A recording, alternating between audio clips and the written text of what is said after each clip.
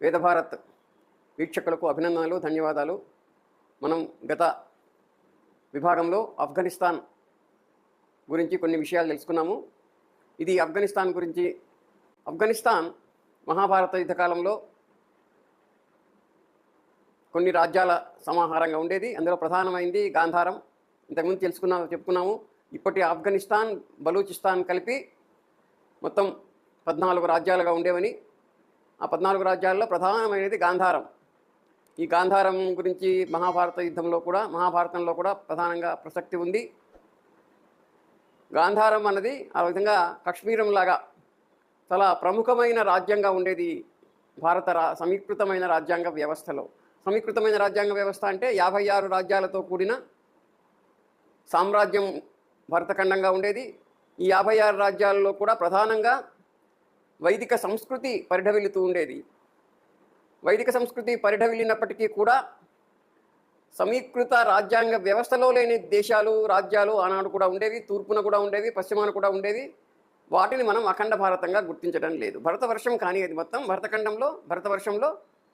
భరతవర్షం పెద్దది, భరతఖండం చిన్నది. భరతఖండాన్ని మనం అఖండ భారతం అంటున్నాం. అంటే కలియుగంలో ప్రారంభం నుంచి ఇంకా ద్వాపరయుగంలో కూడా ఈ అఖండ భారత్ను 11 రాజవంశాల వాళ్ళు పరిపాలించారు, చక్రవర్తుల వాళ్ళు. అలా చక్రవర్తులు అంటే సామ్రాట్లు సమీకృతమైన రాజ్యాంగ వ్యవస్థకు ఆధిపత్యం వహించేవాళ్ళు.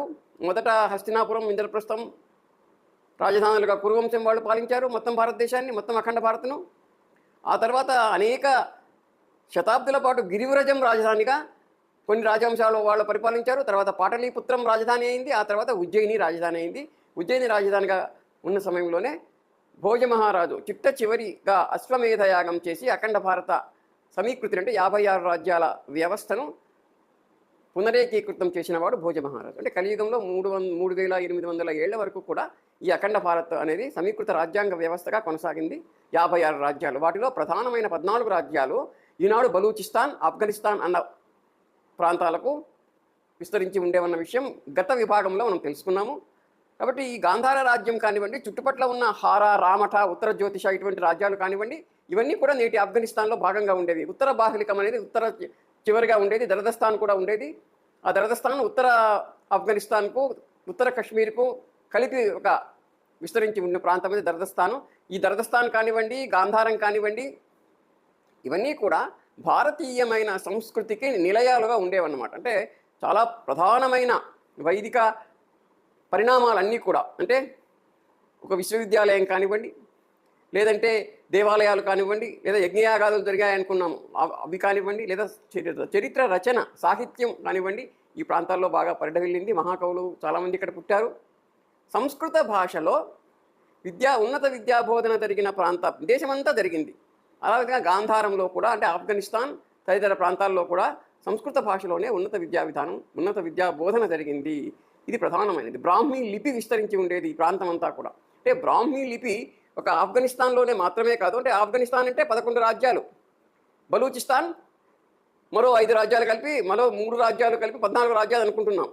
ఈ 14 రాజ్యాలు కూడా సింధు సవ్వీర పాకిస్తాన్లో ఉన్నాయి.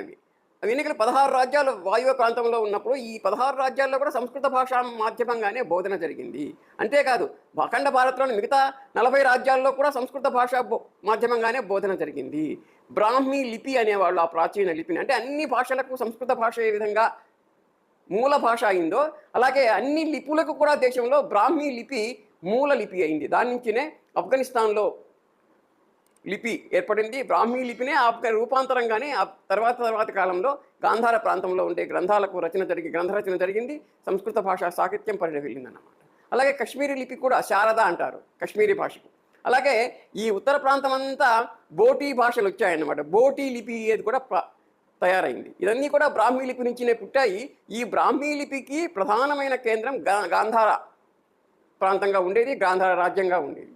అయితే ఇంత ప్రాచీనమైన సంస్కృతి, వైదికమైన విజ్ఞానము పరిఢవిల్లిన ప్రాంతంలో విదేశీయులు క్రమక్రమంగా ఏ విధంగా మంచి సంపన్నమైన ఇంటి మీద దొంగలు దాడి చేస్తారో, అదేవిధంగా అఖండ భారతం మీద పడమటి మ్లేచ్ఛ జాతులు దాడులు చేసిన సమయంలో ఆఫ్ఘనిస్తాన్ కొన్ని 100 ఏళ్ల పాటు ప్రతిఘటించి నిలిచింది.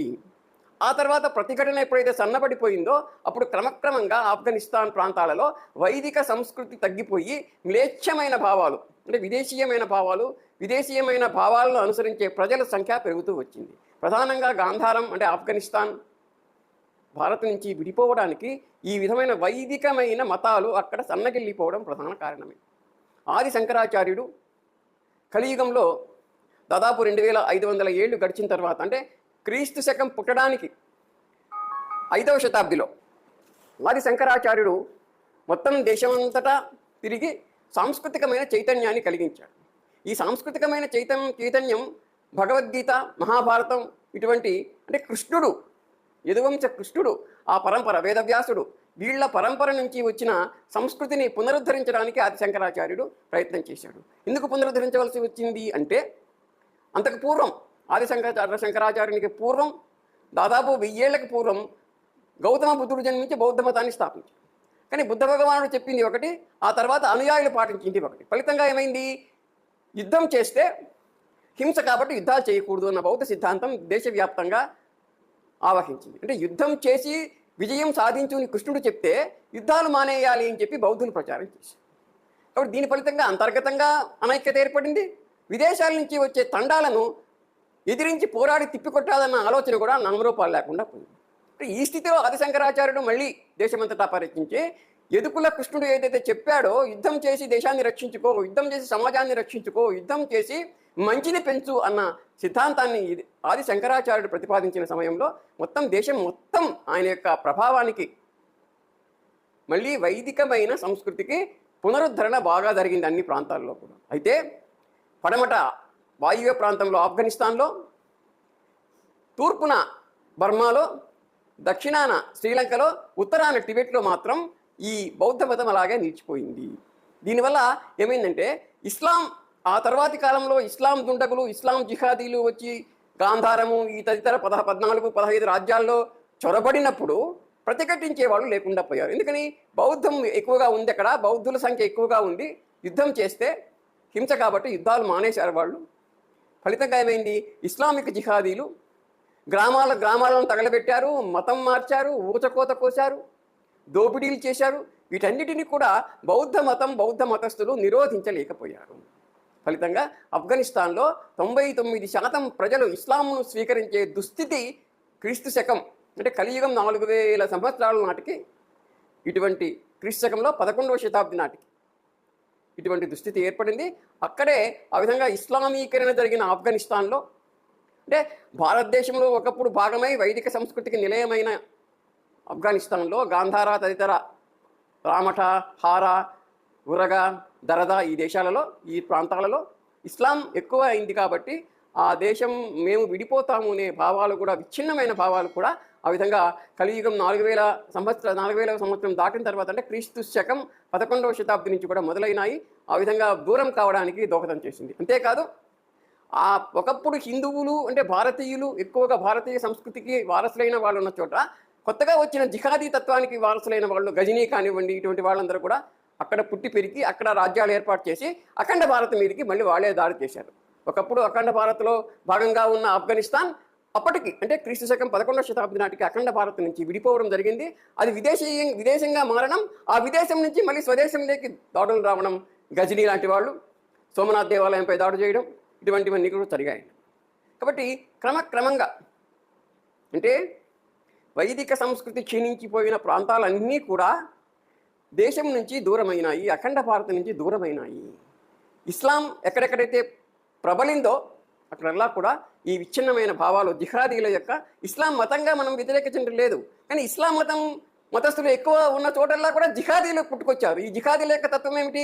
ఇస్లాం తప్ప మరో మతం ప్రపంచంలో ఉండడానికి వీల్లేదు. కాబట్టి ఇస్లాం తప్ప ప్రపంచంలో ఉండడానికి వీల్లేదు మరో మతం అంటున్న జిహాదీలు మొత్తం ఇతర మతాలన్నింటినీ ధ్వంసం చేయడం ప్రారంభించారు. అలా విధ్వంసంలో భాగంగానే ఆఫ్ఘనిస్తాన్లో అన్ని భారతీయమైన మతాలు కూడా ధ్వంసమైపోయినాయి. కేవలం విదేశాల నుంచి వచ్చిన ఇస్లాం మతం మాత్రమే అక్కడ మిగిలే స్థితి ఏర్పడింది. ఈ సమయంలోనే పాశ్చాత్యులు భారతదేశంలోకి చొరబడ్డారు. పోర్చుగీస్ వాళ్ళు కానివ్వండి, ఆ తర్వాత వచ్చిన ఆంగ్లేయులు కానివ్వండి, ఫ్రెంచ్ వాళ్ళు కానివ్వండి, నెదర్లాండ్స్ వాళ్ళు కానివ్వండి, డచ్ వాళ్ళు, వీళ్ళందరూ కూడా ఈ దుష్ట చతుష్టయం రావడంతో ఆఫ్ఘనిస్తాన్ వాళ్ళు అక్కడ హిందుత్వం తక్కువగా ఉంది కాబట్టి, లేదా వైదికమైన భావాలు అడుగంటిపోయినాయి కాబట్టి దాన్ని భారతదేశం నుంచి మొదటే విడగొట్టేశారు. అంటే పాకిస్తాన్ విడగొట్టడానికి ముందే ఆఫ్ఘనిస్తాన్ను భారతదేశం నుంచి, అఖండ భారతదేశం నుంచి 56 రాజ్యాల సమీకృత రాజ్యాంగ వ్యవస్థగా కలియుగంలో ప్రారంభం నుంచి 3800 సంవత్సరాల వరకు పరిఢవిల్లిన అఖండ భారత సమీకృత రాజ్యాంగ వ్యవస్థలో భాగంగా ఉన్న ఆఫ్ఘనిస్తాన్ ఆంగ్లేయులు ఈ దేశంలోకి వచ్చే నాటికి పూర్తిగా సహజ సిద్ధంగానే ఇస్లాం మతస్థుల అధిక సంఖ్యాకులుగా ఉన్న కారణంగా దాన్ని వేరే చూసుకోవడం మొదలుపెట్టారు. కానీ ఈనాటికి ఆఫ్ఘనిస్తాన్లో అనేక చోట్ల వైదికమైన చిహ్నాలు, వైదిక మతాల చిహ్నాలు, విగ్రహాలు, దేవతామూర్తుల రూపాలు, దేవాలయాలు, సాహిత్యం, సంస్కృత భాష బ్రాహ్మీ లిపిలో ఉన్న సాహిత్యాలు ఇవన్నీ కూడా ఇప్పటికీ తవ్వకాల్లో లభిస్తూనే ఉన్నాయి. ఇప్పటికి కూడా ఈ ఆఫ్ఘనిస్తాన్ ఒకప్పుడు గాంధార మిగిలిన రాజ్యాలుగా ఉన్న ఆఫ్ఘనిస్తాన్ ఎప్పుడైతే ఇస్లాం మతం వచ్చేంత వరకు కూడా ఈ రాజ్యాలన్నిటికీ భారతీయమైన పేర్లే ఉన్నాయి. ఇస్లాం ఎప్పుడైతే వచ్చి పడిందో మొత్తం ఇదంతా ఈ రాజ్యాల యొక్క ప్రాచీన నామాలు ధ్వంసమైపోయి ఆఫ్ఘనిస్తాన్గా పేరు స్థిరపడింది. అలా స్థిరపడిన వెంటనే స్థిరపడిన భారతదేశం నుంచి ఆఫ్ఘనిస్తాన్ కూడా విడిపోవడం కూడా సమాంతరమైన పరిణామాలుగా సంభవించాయి. కాబట్టి చరిత్ర నుంచి నేర్చుకునే పాఠం ఏమిటంటే, ఎక్కడెక్కడైతే జిహాదీ స్వభావం కల వాళ్ళు సంఖ్య పెరిగిందో ఆ ప్రాంతాలన్నీ కూడా అఖండ భారతదేశం నుంచి విడిపోవడం ప్రారంభమైంది. ఆ ప్రారంభానికి ఒక నకారాత్మకమైన ఆరంభం ఆఫ్ఘనిస్తాన్ భారతదేశం నుంచి విడిపోవడం అన్నమాట. ఈనాడు చాలామందికి పాకిస్తాన్ విడిపోయిన విషయం మాట్లాడతారు, బంగ్లాదేశ్ విడిపోయిన విషయం మాట్లాడతారు. కానీ అంతకంటే ముందే విడిపోయిన ఆఫ్ఘనిస్తాన్ ఒకప్పుడు అఖండ భారత్లో భాగమన్న స్పృహ కూడా లేని విద్యావంతులు మన దేశంలో ఉంటుంది. కాబట్టి ఈనాటికైనా మళ్ళీ అఖండ భారత్ కావాలి అంటే ఆఫ్ఘనిస్తాన్ కూడా మన దేశంలో భాగం కావాలి. మరి ఎప్పుడవుతుంది అంటే వసంత ఋతువు వచ్చినప్పుడు ఆహ్లాదకరమైన ప్రకృతి ఉంటుంది, కానీ గ్రీష్మం వస్తుంది, వర్షాకాలం వస్తుంది, వర్ష ఋతువు వస్తుంది, శరదృతువు వస్తుంది, చలితో గడ్డగట్టుకుపోయే హేమంత ఋతువు వస్తుంది, ప్రకృతి శిథిలమైపోయిన శిశిర ఋతువు కూడా వస్తుంది. కానీ మళ్ళీ వసంత ఋతువు వస్తుంది కదా. అదేవిధంగా ఇప్పుడు శిథిలమైన శిశిర ఋతువు నడుస్తుంది భారతదేశపు చరిత్రలో. కానీ మళ్ళీ వసంతకాలం వచ్చే సమయం మాత్రం తప్పదు, అనివార్యంగా వస్తుంది. ఎందుకంటే శిశిర ఋతువు తర్వాత ప్రకృతిలో ఏ విధంగా వసంత ఋతువు వస్తుందో అదేవిధంగా ఈ విచ్ఛిన్నమై ఉన్న అఖండ భారత్ మళ్ళీ ఒక అద్వితీయమైన దేశంగా ఆఫ్ఘనిస్తాన్ దగ్గర నుంచి బర్మా వరకు, శ్రీలంక నుంచి టిబెట్ వరకు విస్తరించిన మొత్తం ఈ భూభాగం అంతా కూడా అఖండ భారత్గా ఏర్పడే సుదినం కూడా వచ్చి తీరుతుంది, తప్పదు. ఏ విధంగా శిశిర ఋతువు తర్వాత వసంత ఋతువు వస్తుందో ఈ ఖండిత భారతమైన ఖండాలుగా విడిపోయి ఉన్న అఖండ భారత్ మళ్ళీ ఒక్కటి కాక తప్పదు. ఇది చారిత్రకంగా అనివార్యమైన పరిణామం కానున్నది. భారత్ మాతాకి జై.